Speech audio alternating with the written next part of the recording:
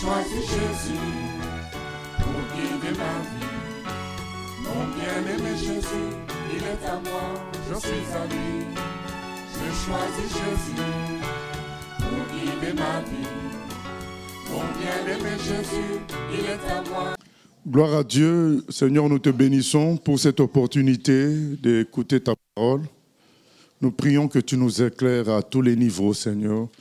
Nous avons besoin de ton aide au nom de Jésus. Amen. Voilà, que le Seigneur soit béni. Nous continuons notre exploration de la Bible dans le but de pratiquer sa parole et dans le but de proclamer tout haut et de confesser tout fort que seule la Bible est notre autorité. Ici-bas, ce n'est pas une quelconque révélation venant de je ne sais d'où. Parce qu'il y a toujours des gens aujourd'hui pour dire « Ah, mais Dieu n'est pas contenu dans la Bible, il est plus grand. » Non, non, mais Dieu a dit que c'est sa parole. Donc, Dieu qui est plus grand que tout ça, personne ne peut le saisir dans sa grandeur. Lui, pour qu'on puisse le saisir, il nous a donné sa parole. Alors, prétendre vouloir saisir Dieu en dehors de sa parole est une erreur. Dieu lui s'est révélé dans sa parole. Maintenant, on est d'accord. Ce que nous savons de lui par rapport à sa parole n'est pas suffisant par rapport à lui-même, mais c'est suffisant par rapport à notre relation avec lui, par rapport à ce que nous devons savoir. Donc, vouloir aller au-delà, c'est manquer au Deutéronome 29, 29 qui dit « Ce qui est caché est pour Dieu, ce qui est révélé est pour vous ». Voilà, donc nous considérons que ce que Dieu a révélé dans sa parole, c'est ça qui est suffisant et nécessaire pour nous. Maintenant, aller au-delà, tous qui vont au-delà, ils sont contraires, ils contredisent la Bible, Deutéronome 29, 29. Et Paul dit aussi dans 1 Corinthiens 4, 6, il nous exhorte à ne pas aller au-delà de ce qui est écrit. Voilà, c'est aussi un conseil salutaire, parce que aujourd'hui, il y en a qui font des visions, qui vont au ciel, qui reviennent. Il y en a qui reçoivent des prophètes qui viennent de plusieurs endroits, qui prétendent avoir des révélations complémentaires à la Bible. Non, la Bible n'a pas besoin de compléments. La Bible est complète. Donc, Apocalypse, le dernier verset de 22, nous dit que personne ne rajoute et que personne ne retranche. C'est complet comme cela. Donc, le but de ces études bibliques, c'est nous habituer à cela.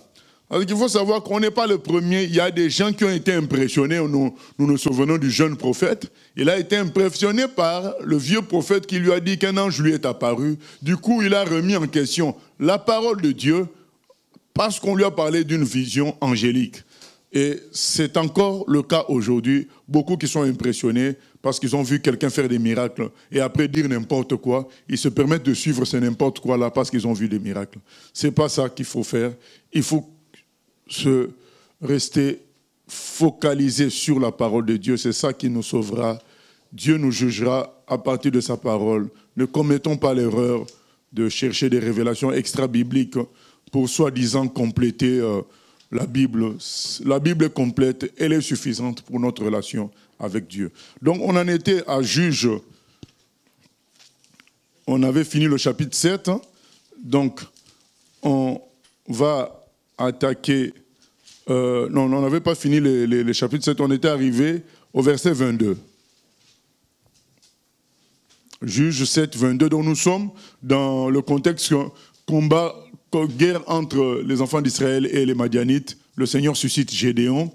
Et Gédéon, par l'Esprit Saint, choisit 300 hommes au lieu de 32 000 à l'origine. Le Seigneur sélectionne 300 hommes. Et quand on dit sélection, ce n'est pas parce qu'ils étaient les plus forts, mais parce qu'ils étaient les plus vigilants. Donc on l'a vu précédemment, parce qu'ils n'avaient pas peur. Ils étaient prêts comme il est écrit dans l'Apocalypse, ils n'ont pas aimé la vie jusqu'à craindre la mort. Donc ils étaient prêts à aller au combat. Voilà, c'est ça. Donc ils étaient prêts à mourir pour le Seigneur. C'est comme ça qu'ils ont été sélectionnés. On en a parlé la fois passée. Et donc avec ces 300-là, donc il arrive à déstabiliser donc, le camp madianite. Les gens se tuent entre eux dans le camp adverse et commencent à fuir. Et donc, Gédéon maintenant fait appel à, c'est ce qu'on va voir donc à partir du verset 22, aux autres tribus. Maintenant que la victoire est claire, maintenant il peut appeler les autres, il appelle les autres pour parachever tout cela. Donc on lit à partir du verset 22. Juge 7, 22. Juge 7, 22. Les 300 hommes sonnèrent encore de la trompette, et dans tout le camp, l'Éternel leur fit tourner l'épée les uns contre les autres. Le camp s'enfuit jusqu'à Beth-Shitta, vers Tserera, jusqu'au bord d'Abel-Méhola, près de Tabat. Les hommes d'Israël se rassemblèrent, ceux de Nephtali, d'Azer et de tout Manassé, et ils poursuivirent Madian. Gédéon envoya des messagers dans toute la montagne d'Éphraïm pour dire « Descendez à la rencontre de Madian et coupez-leur le passage des eaux jusqu'à Beth-Bara et celui du Jourdain. » Tous les hommes d'Éphraïm se rassemblèrent et ils s'emparèrent du passage des eaux jusqu'à Beth-Bara et de celui du Jourdain. Ils saisirent 2 chefs de Madian, Oreb et Zeb. Ils tuèrent Oreb au rocher d'Oreb et ils tuèrent Zeb au pressoir de Zeb. Ils poursuivirent Madian et ils apportèrent les têtes d'Oreb et de Zeb à Gédéon de l'autre côté du Jourdain. Les hommes d'Éphraïm dirent à Gédéon, « Que signifie cette manière d'agir envers nous? Pourquoi ne pas nous avoir appelés quand tu es allé combattre Madian ?» Et ils eurent avec lui une violente querelle. Gédéon leur répondit, « Qu'ai-je fait en comparaison de vous? Le grappillage d'Éphraïm ne vaut-il pas mieux que la vendange d'Abiézer? C'est entre vos mains que Dieu a livré les chefs de Madian, Oreb et Zeb. Qu'ai-je donc pu faire en comparaison de vous? » Lorsqu'il eut ainsi parlé, leur colère contre lui s'apaisa. Voilà. Premièrement, nous voyons au verset 22, les 300 hommes sonnèrent encore de la trompette, et dans tout le camp, l'Éternel leur fit tourner l'épée les uns contre les autres. Donc les gens, c'est comme ça que Dieu leur donne la victoire. Donc, ils tournent l'épée les uns contre les autres, ils s'entretuent, et puis c'est la panique, ils s'enfuient. Donc le camp s'enfuit jusqu'à Beth-Shitta, vers Tserera. Les hommes d'Israël se rassemblèrent, ceux de Nephtali, d'Azer et de tout Manassé, et ils poursuivirent Madian. Gédéon envoya des messagers dans toute la montagne d'Éphraïm pour dire « Descendez à la rencontre de Madian et coupez-leur le passage des eaux jusqu'à Beth-Bara et celui du Jourdain. » La vraie victoire est obtenue par Gédéon et ses 300. Parce que la victoire est spirituelle. Donc nous allons voir souvent dans ce qu'on va lire, l'Éternel les livra. Donc l'Éternel livre. Donc les gens même qui combattent, ils savent que c'est Dieu qui leur livre leurs ennemis. Et la vraie victoire est là quand Gédéon sonne de la trompette. C'est là que Dieu donne la victoire. Mais il y a les dépouilles, il y a le reste. Dieu, dans son amour, veut partager la victoire avec nous, avec les humains. C'est ainsi que, malgré le fait que la vraie victoire est obtenue au moment où Dieu fait sonner la trompette par les soldats de Gédéon, il fait quand même appel aux autres maintenant qui ne faisaient pas partie des 300, donc aux autres tribus, pour venir achever la victoire. C'est ainsi que, malgré le fait que Christ, à la croix, a crié « Tout est accompli », il nous fait appel pour parachever la victoire, c'est-à-dire aller maintenant, spirituellement c'est déjà réglé, il ne nous reste qu'à concrétiser cela. Vous comprenez comment nous on ne peut pas se vanter, parce que tout ce que nous on fait, c'est quelque chose que Christ a déjà réglé à la croix. Nous on n'est que dans le parachèvement. C'est comme les branches qui portent du fruit. Dans Jean 15 c'est écrit, Dieu veut qu'on porte du fruit. Il n'a pas dit qu'on produise du fruit, mais qu'on porte. C'est-à-dire c'est lui qui produit le fruit, nous on porte. Et c'est ce qui se passe là. Donc Gédéon a déjà remporté la victoire parce que ces gens-là fuient. Mais il veut parachever la victoire avec les autres tribus. C'est l'amour de Dieu et aussi c'est l'unité dans l'œuvre divine. Dieu veut qu'ensemble, nous puissions gagner. C'est ainsi que la première église n'a pas fini le travail Dieu a réparti les choses de sorte que jusqu'aujourd'hui, l'Église continue à travailler et au dernier jour, la gloire reviendra à toute l'Église, à Dieu, à toute la famille divine. Et c'est ça, le but du Seigneur, c'est glorieux. Et Gédéon a compris cela. Et il fait venir tout le monde. Allez, maintenant que spirituellement c'est réglé, la bataille est déjà réglée, maintenant il reste à parachever avec tous les autres. Maintenant, il y a un problème qu'il y a, puisque pendant qu'ils sont en train de parachever la bataille, les gens d'Éphraïm, donc ils arrivent à tuer 2 chefs de Madian, donc Zéeb et Oreb. Ils viennent après en colère auprès de Gédéon pour dire, mais pourquoi dès le départ tu ne nous as pas associés?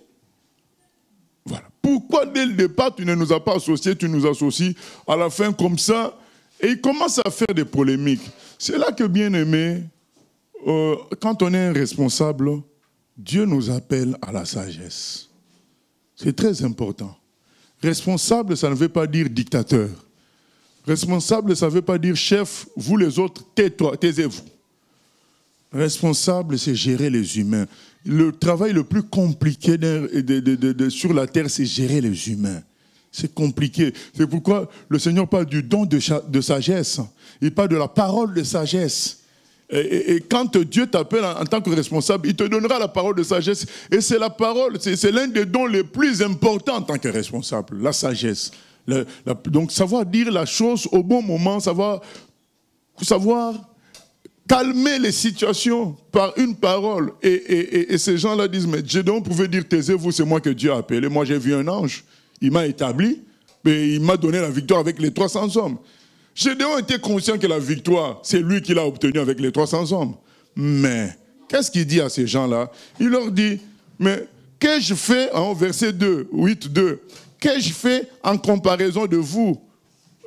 Le grappillage d'Éphraïm, donc ce que moi j'ai gratté là, ne vaut-il pas mieux, non, votre grappillage, ce que vous avez fait là, ne vaut-il pas mieux que la vendange d'Abiézer? Est-ce que ça ne veut pas mieux que ce que nous, on a fait, nous, les gens d'Abiézer, mon clan à moi?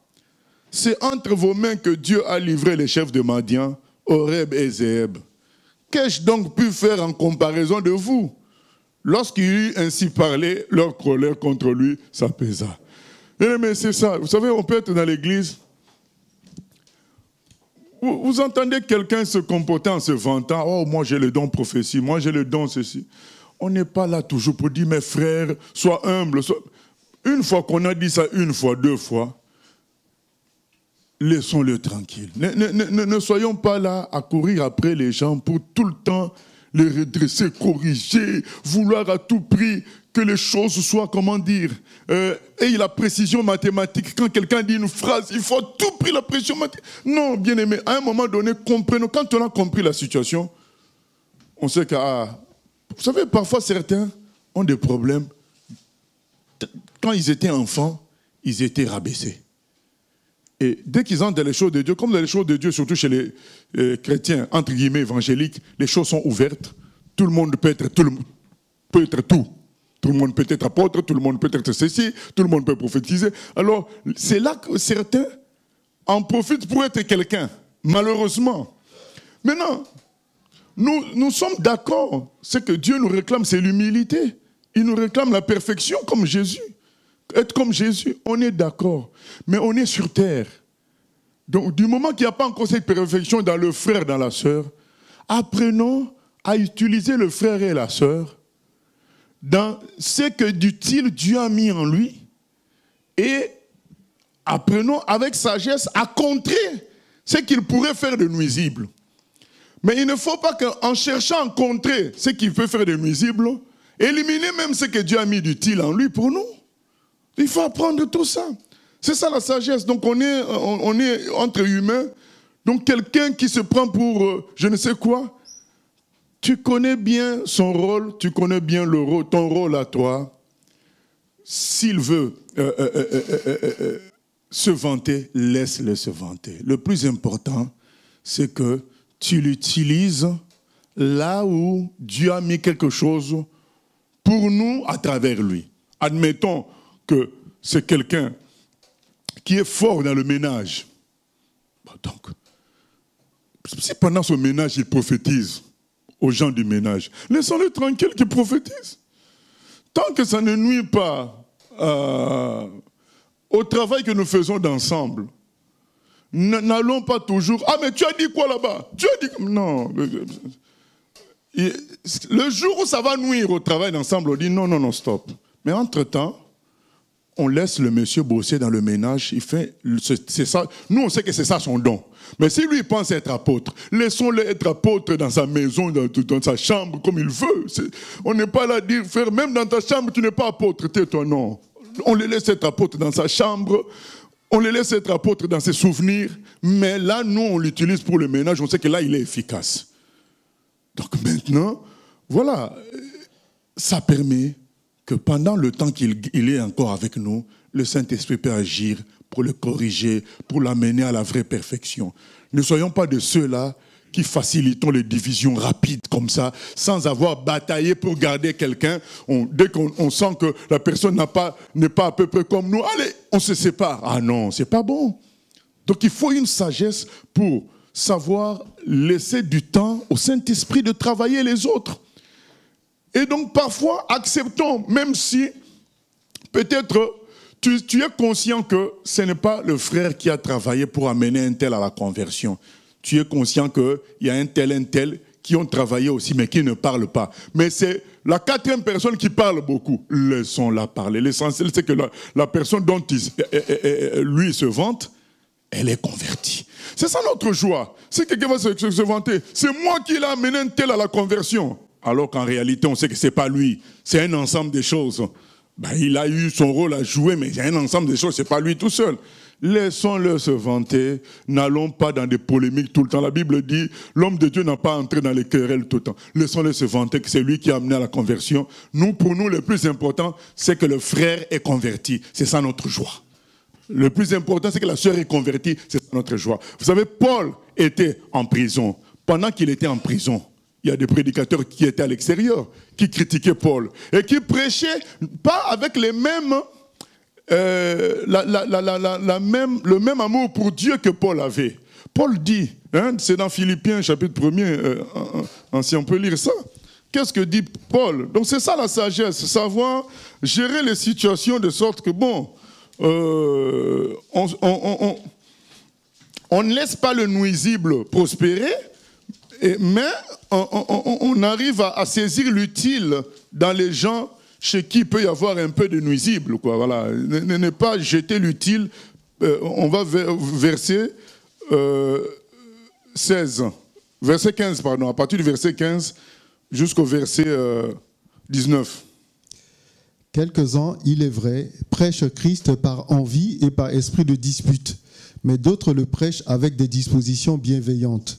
Ceux-ci agissent par amour, sachant que je suis établi pour la défense de l'Évangile, tandis que ceux-là, animés d'un esprit de dispute, annoncent Christ dans des intentions qui ne sont pas pures et avec la pensée de me susciter quelque affliction dans mes liens. Qu'importe, de toute manière, que ce soit pour l'apparence, que ce soit sincèrement, Christ n'est pas moins annoncé. Je m'en réjouis et je m'en réjouirai encore. Car je sais que cela tournera à mon salut, grâce à vos prières et à l'assistance de l'Esprit de Jésus-Christ. Amen. Donc, Paul est en prison, dans les liens.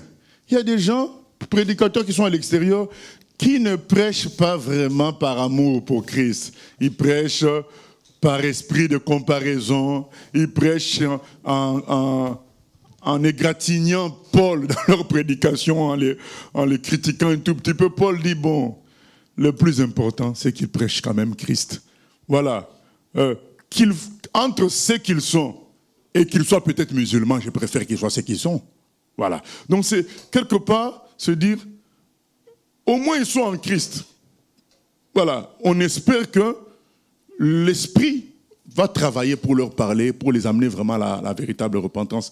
C'est très important. C'est ce que l'apôtre Paul dit. L'homme de Dieu ne doit pas entrer dans 2 Timothée 2, il ne doit pas entrer dans les querelles, mais il doit ramener ceux qui s'égarent avec douceur afin que Dieu leur accorde la repentance. Et sachons bien aimés en tant que responsables, tirer l'utile chez quelqu'un, tout avec sagesse, délimitant sa nuisibilité.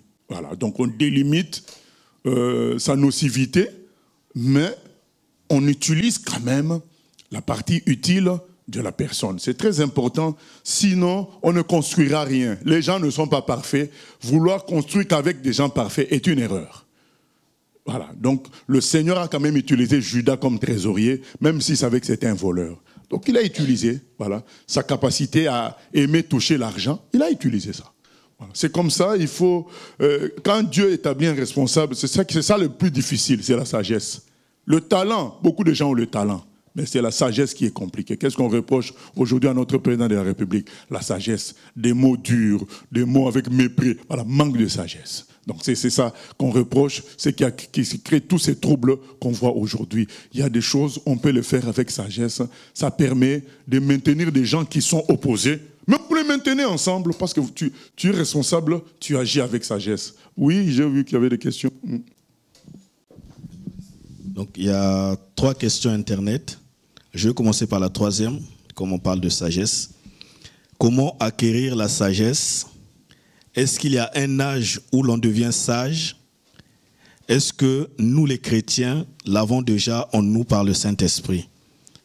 Nous avons tout par le Saint-Esprit, mais nous sommes appelés à obéir au Seigneur pour perfectionner tout ce que nous avons. Donc, quand nous obéissons au Seigneur, tout ce que nous avons, par exemple, dans la prédication, tu es un prédicateur. Le Seigneur te demande de prêcher quelque chose. Tu dis non, je réserve ça pour dans 2 mois. Oh. Donc, le Seigneur va dire, mais attends, c'est moi qui lui ai donné le don et il bloque. Mais le Seigneur aussi se bloque. Donc, du coup, on va être freiné dans ce qu'on fait. Donc, c'est pareil pour tout. Dieu nous donne une dose de sagesse. Mais quand on ne l'utilise pas, il se rétracte lui aussi, il nous regarde, nous débrouiller par nos propres efforts et on se limite. Donc nous sommes appelés à pratiquer les choses pour que ça puisse être fructifié. Si on ne pratique pas ces choses-là, ça s'atrophie, c'est la loi même de la nature. Quand un organe n'est pas utilisé, il s'atrophie. Et c'est la même chose avec les dons du Seigneur. Quand on n'utilise pas ça, ça s'atrophie. Maintenant, pour recevoir, l'apôtre Jacques dit, celui qui n'a pas la sagesse, qui la demande au Seigneur, j'ai oublié, je crois, le passage, Jacques 1, 5, voilà. Donc, c'est dit, si quelqu'un d'entre vous manque de sagesse, qu'il la demande à Dieu, qui donne à tous simplement et sans reproche, et elle lui sera donnée. Voilà, donc on demande. Maintenant, au moment de pratiquer, il faut le pratiquer. Maintenant, quand toi tu demandes, tu as ça seulement pour être fort dans ta tête au moment de pratiquer. C'est la colère qui se pratique. Donc, après, cette sagesse-là s'atrophie. Oui. Okay. Donc, je reviens sur la première question. Si le Seigneur a déjà tout fait, quelle est notre part dans tout cela? Pour quelles raisons devons-nous encore prier? Non, mais j'ai déjà répondu. Le Seigneur a fait. Mais nous sommes appelés à perfectionner tout ce que le Seigneur a fait. Pourquoi, là, maintenant, je vais donner la réponse même pourquoi on prie pour tout. Au fait, on prie pourquoi? Souvenez-vous, je peux donner plusieurs raisons, mais ce n'est pas le thème, ce n'est pas la prière le thème. Je vais donner une raison. Souvenez-vous, quand Adam est venu au monde, Adam avait tout. Il n'avait plus à obtenir quelque chose parce qu'il avait tout. Mais qu'est-ce qu'on a vu par la suite? Il s'est rebellé contre Dieu. C'est comme si, c'est une façon de dire, Dieu m'a mis dans un truc sans me demander mon avis. Puisque on te met dans quelque chose de parfait, de beau, qu'est-ce qu'Adam fait? Il dit non, moi je veux l'arbre de la connaissance du bien et du mal. C'est une façon de dire, mais lui il m'a mis comme ça, il ne m'a pas demandé mon avis, moi ce que je veux, c'est l'arbre de la connaissance du bien et du mal. Souvenons-nous des enfants d'Israël dans le désert. Qu'est-ce qu'ils ont dit à Moïse? Mais pourquoi tu nous as amenés ici? Pourtant c'est eux qui voulaient. D'où Dieu a instauré la prière afin que l'homme, par ses prières, dise son choix clair. Je t'ai donné la sagesse. Veux-tu continuer avec ça? Tu pries. Un jour, tu ne me donneras pas tort. Ah oui, tu m'as donné trop de sagesse, c'est pourquoi je me suis laissé gifler. Non, c'est toi qui l'avais demandé. Donc Dieu, depuis l'histoire d'Adam, qui s'est confirmé avec l'histoire d'Égypte, Dieu nous demande de prier pour que chaque jour, nos choix soient enregistrés. Tu as prié, tes choix sont enregistrés. Donc un jour, ne dis pas que Dieu m'a mis des choses sans que je l'ai voulu. Il te met des choses, c'est par la prière que tu les maintiens. Si tu n'en veux pas, tu ne pries pas non plus. Mais si tu en veux, sans cesse tu pries pour cela. Ça, c'est pour tout. La troisième dernière question. Est-ce qu'aujourd'hui encore, Dieu peut nous venger de nos ennemis en les tuant? Oui, il peut encore nous venger de nos ennemis en les tuant, mais il nous demande à nous de ne pas penser à cela. Ça, c'est son problème à lui. Il nous demande à nous de bénir nos ennemis, d'aimer ceux qui nous persécutent et de prier pour eux. Donc, il nous demande de chercher que le bien de ces personnes-là. Maintenant, lui, dans sa souveraineté, on ne sait pas comment, il peut aussi les tuer, mais ça lui regarde lui-même. On a vu dans les Actes des Apôtres, Hérode a été tué comme ça, un grand ennemi des chrétiens. Oui. Tout à l'heure, tu disais que tu donnais l'exemple d'une personne qui était dans le ménage et qui pouvait être un peu nuisible, mais du coup pour un petit nombre. Donc tant qu'il n'était pas nuisible pour un grand nombre, après c'est ce que j'ai compris, c'est bon, ça va, c'est pas trop la catastrophe, quoi. Mais être nuisible, c'est être nuisible. Si jamais il est même un petit peu nuisible pour ce petit nombre-là, ça peut engendrer autre chose derrière. Non, on compte sur Dieu. Parce que ce petit nombre-là reçoit aussi les enseignements que nous donnons à tous. Donc, ne va pas écouter que cette personne-là. Donc, il reçoit des enseignements que nous prêchons mardi, dimanche et d'autres jours. Donc, ils ne sont pas qu'au contact de cette personne-là. Nous pouvons considérer ça comme nos anticorps qui ont besoin aussi d'un peu de microbes pour se fortifier. Donc, on ne peut pas laisser nos chrétiens les laisser dans une situation sans fausse doctrine, sans persécution. Ils ne vont pas être des chrétiens forts. Donc comment on va savoir qu'ils ont aussi compris nos enseignements? C'est en étant confrontés à des comportements nuisibles et qu'ils résistent par la parole de Dieu aussi. Donc tant que cette nocivité n'est pas grande, donc on fait confiance que le peu d'enseignements que les gens ont, ça peut leur permettre de résister. Et s'il y a un problème, le Saint-Esprit nous dira là, maintenant, intervenez. Mais en général, nous devons faire usage de sagesse pour sauver aussi la personne qui est un peu nocive. Donc il faut qu'on fasse aussi usage de ça. Il faut qu'on pense à elle. Il ne faut pas qu'on pense seulement à notre protection. On doit penser aussi à elle. Elle aussi a besoin de nous pour son salut. Et si on pense trop à notre protection, on risque de nous couper des gens quand même que Dieu a choisis. C'est pas bon. Voilà donc, vraiment Gédéon, il agit avec sagesse.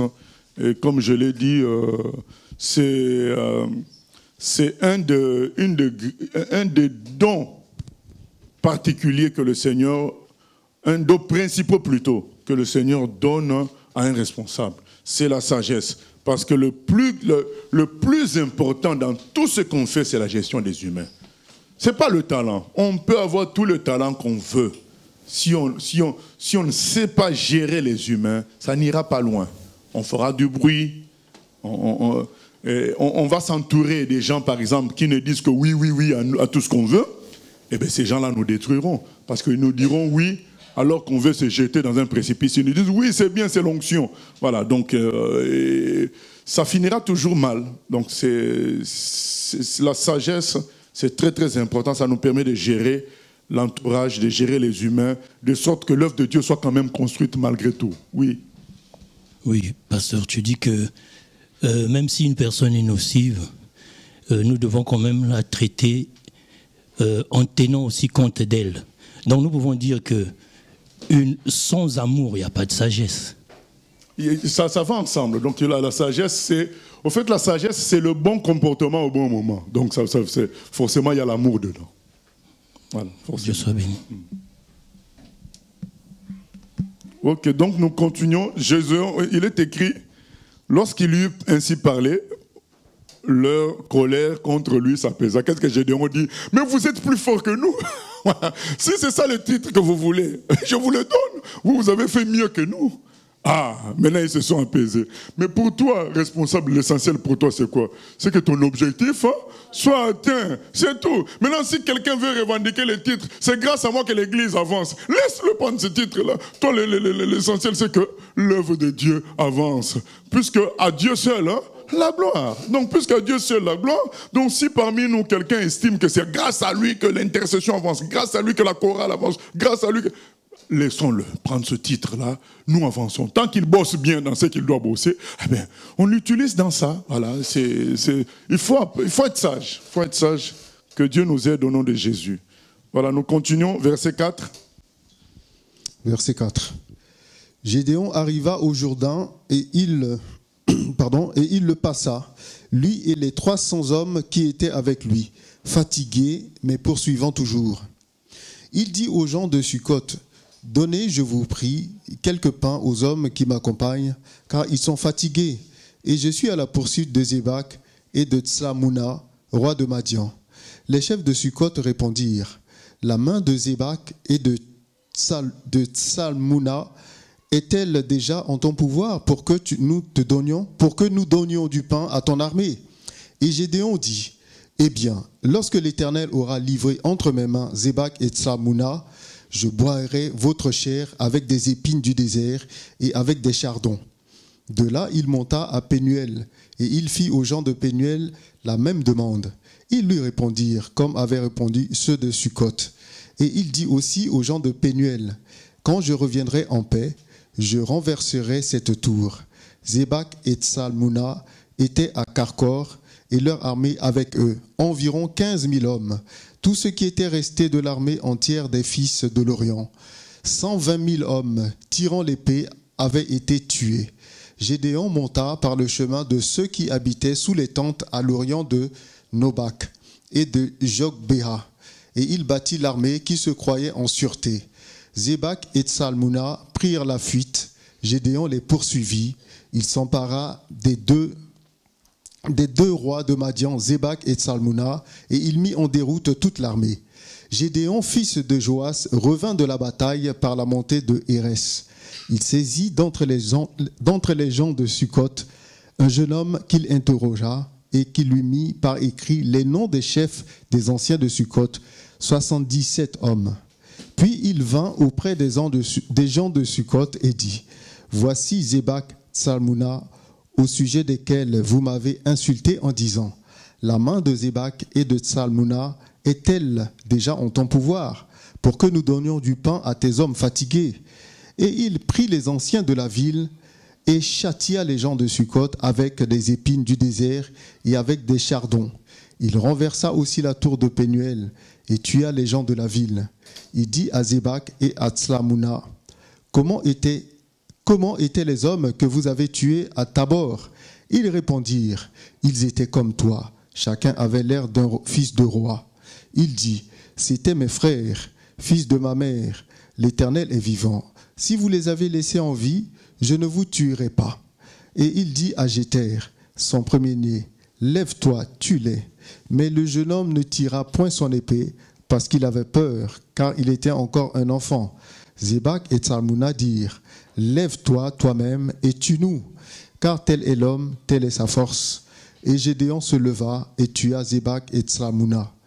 Il prit ensuite les croissants qui étaient au cou de leurs chameaux. Voilà un épisode de cette guerre qui est vraiment, qui a des leçons à nous apprendre.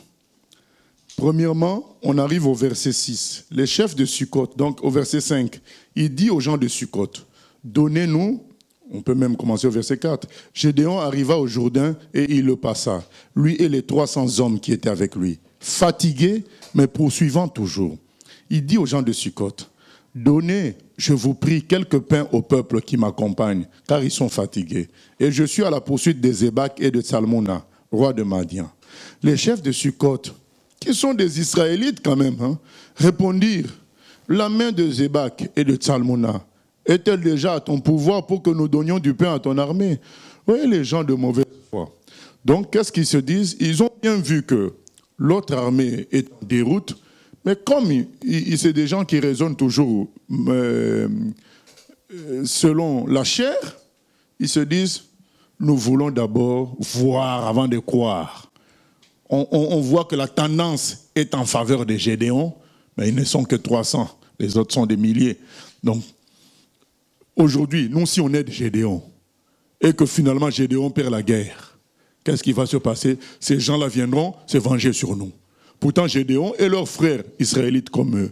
Ah ben non, on n'est pas sûr que tu vas gagner, alors on ne t'aide pas. Vous entendez des réponses comme ça? Beaucoup de chrétiens sont là en train d'observer. Est-ce que la vision de ces gens-là, en servant le Seigneur, est-ce que ça va marcher? Et tant qu'ils n'ont pas vu que ça marche, ils ne veulent pas s'engager à 100%. Mais le jour où ils apprennent que le Seigneur a béni, le Seigneur a fait ceci, ils viennent là, mais nous aussi on était là dès le départ. Ah non, mais vous étiez là dès le départ, mais vous ne faisiez rien, vous ne vous engagiez pas, vous ne souffriez pas, vous étiez là toujours en observateur. Et vous attendez que de voir une victoire claire et nette du peuple de Dieu, maintenant pour vous rajouter, dire, mais nous, la victoire à nous tous. C'est ça qui se passe là. Donc il y a des gens qui ne vont te soutenir que lorsque tu fais des exploits extraordinaires. Tant que tu es, comme on dit, il ne faut pas mépriser les faibles commencements. Tant que tu es dans les faibles commencements, leur soutien est aussi faible. Parce que c'est comme si quelqu'un se dit, est-ce que mon investissement va rapporter? Mais un vrai chrétien, il sait voir où se trouve Dieu. Jésus a dit, là où je suis, c'est là que sera mon serviteur. Un vrai chrétien saura que là, il y a Dieu. Même s'il n'y a rien du tout. Mais quand il te voit, quand il t'entend parler, c'est que là, c'est l'envoyé de Dieu. Ça, c'est l'œuvre de Dieu. Et donc, il peut s'engager pleinement. Même s'il n'y a encore pas une grande victoire. Mais du moment qu'il a bien interprété, il a bien vu que c'était Dieu, et c'est Dieu-là, il s'engage pleinement. Et au contraire, c'est ça sa fierté, de s'engager au moment où il n'y a rien. C'est ça sa valeur. C'est ça la valeur d'un engagement. Mais lorsqu'on s'engage, lorsqu'on sait que... Vous savez, comme les enfants, tu leur demandes, un match a commencé, tu supportes quelle équipe? Ah non, je ne sais pas encore. Dès qu'une équipe va marquer le premier but, tu supportes quelle équipe? Ah, Jacques supporte PSG, parce qu'il vient de marquer. Mais c'est ça. Donc il y a des gens qui attendent que tu marques. Ah, je te supporte. Et malheureusement, ça veut dire quoi? Ils n'ont pas la foi en Dieu, tout simplement. Ils n'ont pas la foi en Dieu, ils ne sont pas connectés au Seigneur. Parce que s'ils étaient connectés au Seigneur, même ils auraient compris que la victoire est entre les mains de Gédéon. Même l'ennemi de Gédéon a compris. Le soldat qui racontait à l'autre, il a dit, mais ça c'est la victoire de Gédéon. Même son ennemi avait compris que Dieu a livré son peuple à Gédéon. Qui a compris ça aussi? Rahab, quand il a vu les exceptions, il a dit, je comprends, même le peuple ici sait que c'est vous qui allez nous battre. Donc tout le monde a peur ici. Donc Dieu est avec vous. À partir de là, Rahab s'engage avec le peuple de la victoire par la foi. Parce qu'ils étaient loin de triompher de Jéricho qui était un truc, qui avait une forteresse, une muraille extraordinaire. Mais Rahab saisit en esprit ce qui se passe. Comme je disais, on disait mardi passé, quand Dieu a décidé que quelqu'un, c'est sa chute qui est arrivée, il en informe ses serviteurs. Et on peut voir ça à distance. Quelqu'un qui est fort, dire c'est fini pour lui. Et pendant 5 ans, il peut continuer avec une certaine force. Mais quand vous allez faire le bilan de ces 5 ans-là, vous allez voir si vraiment on a des instruments pour voir la progression de la personne. On verra que la personne a commencé à chuter au moment où on avait dit c'est fini pour lui. Tout a commencé à devenir négatif jusqu'au bout. Si on observe, si on a des instruments pour mesurer ça. Donc Dieu peut déjà donner la victoire à quelqu'un. Et quand tu es spirituel, quand tu as la foi en Dieu, tu peux voir cela et t'engager avec la personne. Mais quand tu es charnel, égoïste, quand tu refuses de marcher par la foi, eh bien, tu attends d'abord de voir la victoire pour aller avec la personne. Et malheureusement, tu n'en profiteras pas. Tu n'en profiteras pas. C'est ce que Élisée avait dit au monsieur qui gardait la porte de Samarie. Ben, demain, tu verras cette prophétie s'accomplir, mais tu n'en profiteras pas. Tu verras que le pain sera presque gratuit, la farine sera presque gratuite, mais toi, tu n'en profiteras pas. Parce que le monsieur avait douté quand Élisée avait prophétisé que demain, ça sera rempli de marchandises ici, pratiquement gratuit. Le monsieur avait dit, même si Dieu ouvre les fenêtres du ciel, est-ce que une telle prophétie va s'accomplir? Élisée lui avait dit, demain ça va s'accomplir, mais toi tu n'en profiteras pas. Effectivement, quand ça s'est accompli, il y avait tellement la foule aux portes de la ville que les gens ont marché sur cet homme-là, il est mort. Donc il n'a pas profité de la gratuité pratique, de la presque gratuité de la farine, il n'a pas profité de toute cette richesse qui venait de pleuvoir sur les enfants d'Israël. Ce sont ces genres de personnes-là, même aujourd'hui parmi les chrétiens, des gens qui ne veulent soutenir que des œuvres qui ont déjà fait leurs preuves. Donc ils ont une grande salle, ils ont des chaînes de télévision, c'est là qu'on va soutenir. Mais une œuvre qui n'a pas encore fait ses preuves, dans le sens où qui ne brille pas encore, mais alors que les gens qui y travaillent donnent des signes clairs et nets d'être de vrais serviteurs de Dieu, des gens qui travaillent pour le Seigneur avec une vision claire et nette par l'Esprit de Dieu, on ne soutient pas, on soutient faiblement, parce qu'on se dit, on ne sait pas, ça peut ne pas marcher. Ah non, avec Dieu, il faut savoir ce qu'on fait, ou tu soutiens ou tu ne soutiens pas. Tu ne peux pas soutenir à demi. Soit tu soutiens comme la veuve, le Seigneur Jésus avait félicité la veuve qui avait donné 2 pièces. Elle a soutenu totalement le temple. Ou tu soutiens ou tu ne soutiens pas. Elle avait donné tout ce qu'elle avait. Mais il y a des gens qui soutiennent en fonction de ce qu'ils pensent que ça va avoir comme résultat dans l'avenir. Donc, si il trouve qu'il n'y a pas eu de preuves déjà de grands résultats, ben il va soutenir aussi faiblement, malheureusement. Ils perdent leur investissement parce que c'est là où ils devaient investir réellement, ben ils n'investissent pas. Et ils vont investir, comme on dit, ouvrir des portes qui sont déjà ouvertes ailleurs. Ah ben tu n'as rien rapporté en esprit. Humainement, ça semble avoir de l'impact, mais en esprit, tu n'as rien rapporté. Et ces gens-là disent, ah non, on ne t'aide pas. Et Gédéon, au verset 7, au verset plutôt 8, il va maintenant à Pénuel. D'autres Israélites, il leur soumet encore la même doléance. Nous avons faim, aidez-nous. Ah non, on n'est pas sûr que tu vas gagner. Ah. Donc, comme vous n'êtes pas sûr, Gédéon a promis, quand je vais gagner, je vais revenir ici. Vous allez voir ce que je vais vous faire. Je vais vous massacrer avec les chardons et les épines. Voilà. Il leur a promis. Et quand il part, il remporte la bataille, il récupère. Il remporte la bataille contre l'armée qui restait. Il ramène Salmona et Zébar. Il les amène là-bas. Il leur dit, mais je vous avais dit quoi? Voilà maintenant que j'ai vaincu. Alors il les a châtiés, les 2 villes, la Pénuel et Soukot, il a châtié les gens de ces 2 villes-là. Maintenant, aujourd'hui, nous, les chrétiens, on ne va pas châtier, mais c'est en esprit que tout cela va se passer. Je vais vous donner un exemple.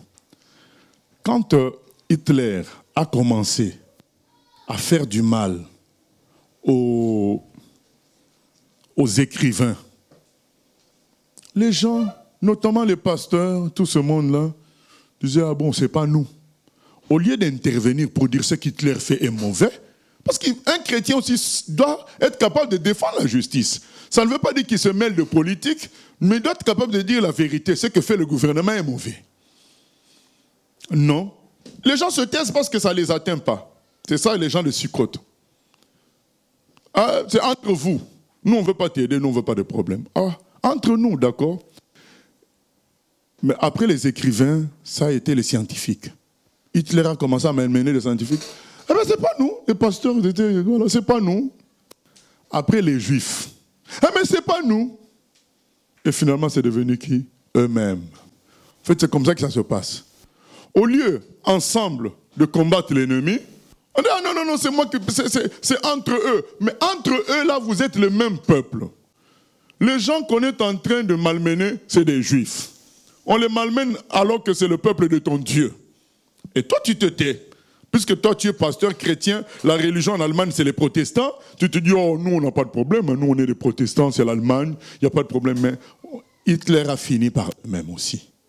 Détruire les églises protestantes, à enfermer les pasteurs. Donc, eux-mêmes, ils ont été aussi emportés.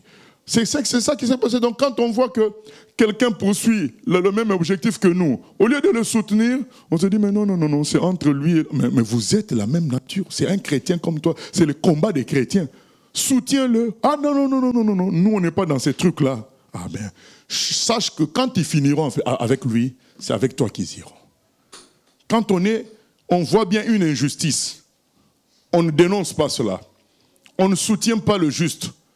On se dit, mais c'est ce problème entre ce juste-là et ses persécuteurs. Sache que quand ces persécuteurs vont finir avec lui, c'est toi.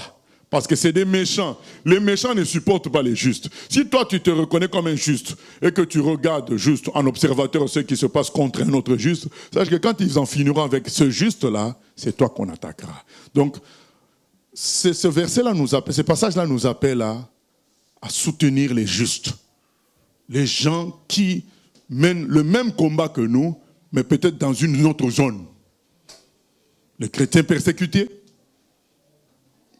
les juifs à gauche, à droite qui sont persécutés, les gens qui mènent le même combat que nous, ou qui sont innocents, qui sont malmenés injustement, on doit pouvoir dire ce qui se passe est mauvais et pouvoir les aider quand on peut.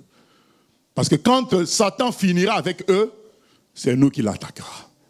Donc il faut se souvenir de ça, que cette histoire-là nous rappelle ça. Donc ces gens-là, quand on en a fini avec Zebak et Salmona, ben, c'est eux qui ont été frappés. Voilà, donc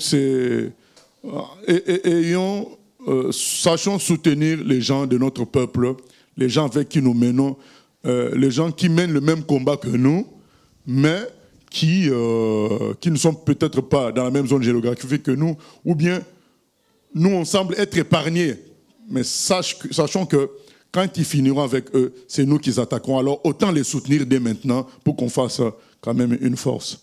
Oui. Oui, pasteur, tu as dit que il y a certaines personnes qui observent ceux qui travaillent et quand les choses avancent, ces personnes viennent pour travailler avec ceux qui travaillaient et elles étaient là comme des observateurs. Maintenant, nous sommes en train d'étudier le livre des juges et dans le livre des juges, on voit que la plupart des juges voulaient quand même des signes. Et le Seigneur, pour les encourager, il donnait des signes, comme le cas de Gédéon aussi, dans Juges 7, 9, où le Seigneur lui dit qu'il descende dans le camp des Madianites, et s'il avait peur qu'il prenne... Oui, on a vu beaucoup de signes avec Gédéon, tu n'as même pas besoin de les citer. Donc, maintenant, aujourd'hui, ces personnes aussi peuvent dire qu'elles n'avaient pas de signes. Bon, qu'est-ce que tu peux dire par rapport à ce point-là? Non, ces personnes vont dire qu'ils n'avaient pas de signes. Le Seigneur ne les avait pas rassurés. Donc c'est pourquoi ils attendaient, ils observaient, ils n'étaient pas sûrs aussi. Maintenant, moi je veux dire c'est faux. Parce que là, c'est vouloir la réussite. Or, Dieu nous appelle à travailler pas dans un devoir de réussite. Gédéon voulait savoir si c'est vraiment lui que Dieu appelle. Maintenant, on répond à l'appel de Dieu, on soutient les gens. Moi aujourd'hui, je vais voir des gens qui évangélisent. Je ne veux pas les soutenir parce que ça va marcher. Je les soutiens parce que c'est le même peuple que moi. Ils sont en train de faire le même travail que nous. Donc dans mon cœur, j'ai pris pour eux. Je veux dire, frère, que Dieu vous soutienne. Aujourd'hui, j'avais mon gilet jaune. Je ne suis pas parti des gilets jaunes, mais pour le vélo, j'avais le gilet jaune sur lequel c'est écrit « Jésus sauve ». Et il y a une dame d'un certain âge, 65 ans, qui m'a pris vraiment dans les bras comme ça. Elle me dit, mais c'est parce que ma capuche cachait Jésus. On voyait seulement la solution. Elle dit, mais c'est quoi la solution? Moi, je dis, mais c'est une folle, qu'est-ce qu'elle veut? Après, je dis, ah oui, la solution, mais c'est Jésus. Elle dit, ah, gloire à Dieu, que Dieu vous bénisse, seulement presque embrassé. Et donc, voilà. Est-ce que pour faire ça, il fallait que ça, vous me voir en train de faire un miracle pour venir me soutenir en public? Elle m'a soutenu comme ça en public. Donc, parce qu'elle a vu qu'on a le même combat, elle a dit que Dieu vous bénisse. Donc, je crois que c'est une chrétienne. Donc, elle a dit, mais on a le même combat, je le soutiens. Attendre que ça réussisse, ça porte beaucoup de fruits pour s'en glorifier. C'est un comportement d'ambitieux, égoïste, qui est des gens qui veulent à tout prix réussir pour leur gloire. Mais quand on sait que c'est le même combat, c'est le même peuple, donc je le soutiens, puisque c'est le même combat, ce n'est pas un problème de réussite. C'est pourquoi Jésus n'était pas heureux dans Jean 2. On peut lire ancien, Jean 2, 23-25. Jésus n'était pas heureux. Il voyait beaucoup de gens, mais il savait, il disait, ah, c'est pas la peine. Eh bien, mais c'est vrai que c'est pas facile, même nous, le jour où on verra très grande chose, et quand on verra la foule, on dira, vous, on était là depuis longtemps, c'est maintenant que vous venez parce que vous avez vu telle chose. Oui, Jean 2, 23, 25. Jean 2, 23, 25. Pendant que Jésus était à Jérusalem à la fête de Pâques, plusieurs crurent en son nom, voyant les miracles qu'il faisait. Mais Jésus ne se fiait point à eux, parce qu'il les connaissait tous, et parce qu'il n'avait pas besoin qu'on lui rende témoignage d'aucun homme, car il savait lui-même ce qui était dans l'homme. Voilà. Donc Jésus ne faisait pas confiance. Il savait que tous ceux-là, ils sont venus à cause des miracles. Si je prêchais tout simplement comme ça, ils ne seraient pas venus. Quand la foule est venue autour de Jean-Baptiste, Jean-Baptiste n'a pas acclamé le Seigneur. Il a dit, mais qu'est-ce que vous venez faire là? Il est devenu encore plus dur qu'avant. Parce qu'il ne voulait pas qu'on le suive pour la gloire de la foule qui vient, mais pour ce qu'il dit. Repentez-vous. Arrêtez avec la méchanceté. Jean-Baptiste est devenu plus dur, c'est ça. Donc, il y a des gens qui sont là, qui ne viendront soutenir que quand ils viendront, qu'ils verront qu'il y a déjà beaucoup de gens. Et ou quand ils vont voir, il y a beaucoup de moyens financiers, de grandes choses qui se font, c'est là qu'ils viennent, malheureusement. C'est des gens, c'est malheureux, c'est l'égoïsme, et le Seigneur lui-même fera le tri. Mais sachons que si on ne soutient pas les autres, ben, quand Satan, les persécuteurs auront fini avec eux, c'est nous qui vont attaquer. Hein. Oui. Oui, quand on lit aussi, si on revient à Deutéronome 29, il y a certaines personnes aussi qui peuvent prendre ce verset pour dire que, bon, disons, à part Deutéronome 29, nous avons aussi Esdras 1, où le Seigneur saisit l'esprit de Cyrus et aussi des peuples d'Israël qui vont construire le temple. Donc on voit que c'est le Seigneur qui les saisit, voilà, qui réveille l'esprit de Cyrus et l'esprit aussi des peuples. Maintenant, certaines personnes disent que je ne peux pas faire telle chose parce que je ne suis pas dans mon appel. Ce n'est pas encore mon appel, j'attends mon appel. Quand commence alors l'appel d'un enfant de Dieu? Je leur répondrai, Matthieu 25, la parabole des talents. Celui-là a pris le talent, il a enterré. Dieu, on lui a dit, méchant serviteur. Pourquoi tu n'as pas pris ce talent-là, donné au banquier? Donc si tu ne sens pas ton appel, viens en tant qu'homme physique, va voir quelqu'un qui, lui, il connaît son appel, viens lui dire, puisqu'on a le même combat, gère-moi dans le but que ton combat avance. Voilà, puisqu'on a le même combat. Donc va auprès des hommes de Dieu, des serviteurs de Dieu, des organisations qui ont un appel clair. Oh, eux au moins connaissent leur appel et ils travaillent déjà. Va te rajouter à eux qu'eux t'utilisent tel qu'eux ils ont vu qu'ils peuvent t'utiliser puisque toi tu ne sais pas encore. Donc au lieu d'enterrer le talent, c'est pas bon. Donc ça montre toujours l'égoïsme, on veut la gloire personnelle. Donc on cherche quelque chose qui va faire que nous on va avoir une gloire, une reconnaissance. Ah non. Donc si nous on ne sent pas notre appel, pour le moment, allons voir les gens qui ont déjà un appel clair, eux ils savent leur appel et ils y travaillent déjà, ben disons-leur, moi je ne connais pas encore mon appel, mais nous sommes les enfants de Dieu, nous avons le même combat, votre combat est le mien puisque c'est le combat de la vérité. Vous savez, quand les gens ont voulu arrêter le monsieur qui délivrait dans un épisode de l'évangile, il y a un monsieur qui chassait les démons au nom de Jésus. Les apôtres sont venus voir Jésus pour dire, mais il n'est pas avec nous, il chasse les démons. Jésus a dit, mais laissez-le, il fait le même boulot que nous. Donc même s'il n'est pas avec nous, mais il fait le même boulot que nous. C'est ça, donc du moment qu'on reconnaît qu'un tel mouvement fait de l'évangélisation, un tel mouvement aide les chrétiens persécutés, eux, ils ont leur appel clair, mais moi, je ne sais pas quel est mon appel. Mais je vais prier que Dieu me dirige vers quelle bergerie aller et dire, écoutez, moi, je ne connais pas mon appel, mais je sais que nous sommes tous des enfants de Dieu, nous avons le même combat. Utilisez-moi dans votre combat jusqu'au jour où mon appel se déterminera, mais je suivrai mon appel, c'est tout. Donc, on n'a pas à gaspiller le talent à l'enterrer. Mais souvent, ça cache la volonté toujours d'avoir un truc personnel. Non, mais l'œuvre de Dieu, ce n'est pas un truc personnel, c'est l'œuvre de Dieu. Donc parfois, on peut travailler, c'est ce que Jésus dit dans Luc 16, verset 10. On peut lire ça, Luc 16, verset 10. L'œuvre de Dieu, ce n'est pas toujours un truc personnel. Donc on a vu Élisée était d'abord serviteur d'Élie. C'est quand tu es serviteur d'un prophète comme ça, toi tu n'es même pas connu. C'est toi qui lui amènes de l'eau, tu essuies ses chaussures, des trucs comme ça. Tu n'es même pas considéré. Quand il part quelque part, tu portes le sac. Donc c'était déjà rien du tout comme Élisée. Mais après son appel est venu. Mais d'abord il a vécu comme s'il n'existait pas. C'est Élie qui existait, lui n'existait pas. Oui, Luc 16, 10. Luc 16, 10. Celui qui est fidèle dans les moindres choses l'est aussi dans les grandes. Et celui qui est injuste dans les moindres choses l'est aussi dans les grandes. Si donc vous n'avez pas été fidèle dans les richesses injustes, qui vous confiera les véritables? Et si vous n'avez pas été fidèle dans ce qui est à autrui, qui vous donnera ce qui est à vous? Voilà. Donc, le Seigneur dit, mais si tu n'es pas fidèle dans ce qui est à autrui, ça veut dire quoi? Quand quelqu'un d'autre a un appel clair, et qui y travaille. Et toi, tu travailles avec lui. Tu n'es pas fidèle. Donc, en quelque sorte, c'est au Seigneur, mais d'une manière humaine, c'est à cette personne-là. C'est lui qui est le responsable. Mais si tu n'es pas fidèle dans cette configuration-là, Dieu ne te donnera jamais ton appel à toi parce qu'il sait que tu lui seras à lui infidèle. Parce que lui, Dieu sera ton responsable.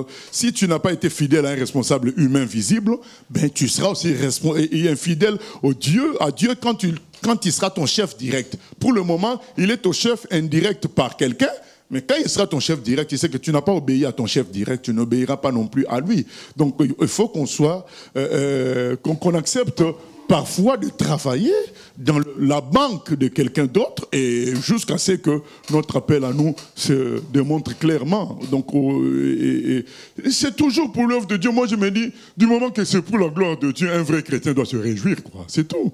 On n'a pas cherché à marquer son temps comme on a eu de fausses prédications autrefois. Tu marques ton temps. Non, c'est faux tout ça là. On doit travailler pour le Seigneur, c'est tout. Moi, quand j'étais venu du Maroc, j'étais venu en France. Au Maroc, je ne connaissais pas les histoires de ministère. J'arrive en France, on me demande quel est mon ministère. Je dis, moi, je suis un combattant. Donc là où il y a la guerre, je suis là-bas. C'est tout. Donc si on apprend qu'il y a veillé là-bas, je suis. Il y a intercession là-bas, je suis. Séminaire là-bas, je suis. C'est tout. Donc je vis pour le Seigneur. Donc c'est chercher des trucs qui soient personnalisés. Où ta personnalité est élevée, ça ne sert à rien. Ce n'est pas biblique. Nous devons chercher la gloire de Dieu. Donc finalement, nous continuons. Et au verset 21, 20, Gédéon envoie son fils pour tuer les deux là, les deux rois, Tsalmouna et Zébak. Mais il nous est dit, mais le jeune homme ne tira point son épée parce qu'il avait peur, car il était encore un enfant. Zébak et Tsalmouna dirent, lève-toi toi-même et tue-nous, car tel est l'homme, telle est sa force. Et Gédéon se leva et tua Zébak et Tsalmouna, et prit ensuite les croissants qui étaient au cou de leurs chameaux. Il ne nous est pas dit clairement ce que je veux dire, mais c'est cela, c'est la puissance spirituelle.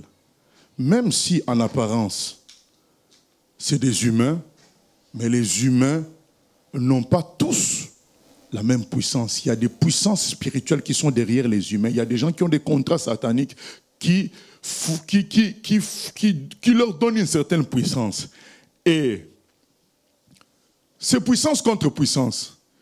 Le fils de Gédéon, on lui demande de tuer ces deux-là. Mais quand on lui demande de tuer ces deux-là, ce n'est pas pendant la guerre. Ces deux-là sont déjà arrêtés. Il n'avait qu'à sortir l'épée pour les tuer, mais il n'a pas arrivé. Hein? Il n'a pas arrivé parce qu'il était jeune. On dit qu'il avait peur. Mais il avait peur de quoi? Puisque ces autres-là ne pouvaient pas répondre par la force. Ils étaient puissants. C'est-à-dire que tu les vois, c'est dégage d'eux une puissance. Donc pour les arrêter, ce n'est pas n'importe qui pouvait les arrêter. Il fallait quelqu'un d'autre. Combien d'histoires nous on n'a pas entendu, par exemple quand je pars en Afrique du Sud, certains grands bandits, grands patrons, pour les tuer, parce que les patrons se tuent entre eux là-bas, mais ils ont dû prendre un assassin qui est venu de la Grèce. Et cet assassin, en Grèce, pour tuer le Sud-Africain là, il a jeûné 30 jours, sataniquement. Parce que le patron là était loin.